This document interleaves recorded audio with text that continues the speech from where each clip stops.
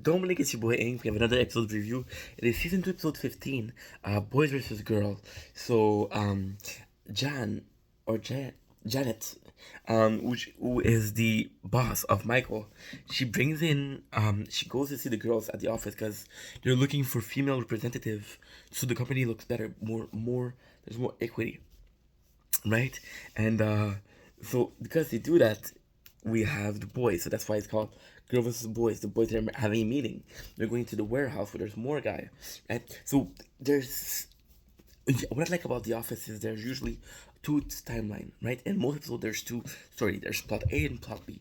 Well, in this one, the plot A and plot B are the same, but from a different perspective. For example, Jan is kind of disappointed because the girl could talk about normal stuff about like having a house, having a garden, being a mom, right? But she's pushing. She never mentioned that they were looking, and um like Pam, she said, "Oh, I'm a drawer. I draw," and we know she's like an artist in her season. So the fact that only that was enough to impress Jan, you can kind of feel that she was a bit desperate, right? And there's nothing wrong with that. Is the problem is you're gonna be looking for a leadership role and you're not being honest about it, and then the girl they talk about like having a normal life, which is conversation they probably have every single day, and since they're only the girls together they feel comfortable talking about it, right? And Jan is like disappointed, but then again, it's for them it's normal. There's no second plan. And for the boys, it's again, it's kind of crazy, and it's thanks to Michael. So when the boys are talking, there's some really cool moment. For example, Jim and Roy were kind of making peace.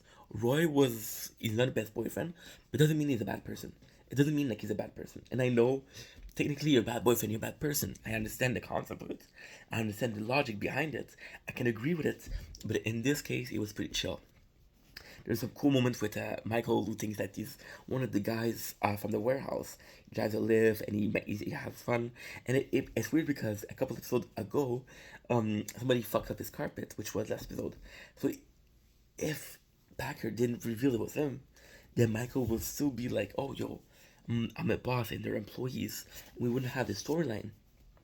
And then when the boys they decide to like unionize, and he's like, "Yeah, yeah, I'm gonna support you," and then Jan says, "Yeah, but you can't do that, right?"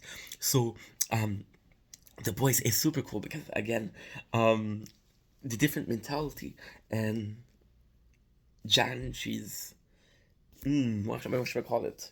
She's again she's disappointed in the lack of ambition, and the boys that have a lot of ambition, they want a better salary, and they're working harder, so to get more, so they want more. So there's a surge of ambition from the boys, and then Jan needs to control it out. So, which is it? The best thing about this episode is the finale. If you want, is that the office is better with boys and girls, and again, the subject tackle this episode is really cool. Salary equity, which Jan brings up, a equal workforce, and we realize that this is not the issues. And of course, as a man, I'm talking from a man perspective, and I don't think, I don't know if there's like a real discrepancy between girls and boys. I know I was watching a video about it, how the guys are more willing to do more hours and harder job, but then again, by whom statistic, so yeah, so we understand that the real problem was we do need that um equilibrium, that balance we need. Otherwise, it just go to shit, and it can go to shit from one side to the other. But that balance, which is not something we appreciate, we're not something we notice enough. That's the true equality. This is the true, like, okay, well, maybe we were better as a team. And we're always seeing people say, "I'm on this side, I'm on the other side." But there's no side. We're all humans.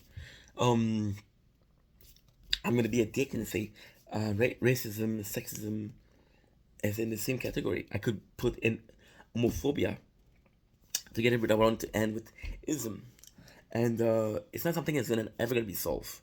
There's a lack of culture. It's a problem of a society as a whole. You're not gonna solve it, but knowing that you have to live with it is about how good your life is, even if you know you have to work with it. And then when you understand that, you understand a lot. And that was the episode. It's pretty good.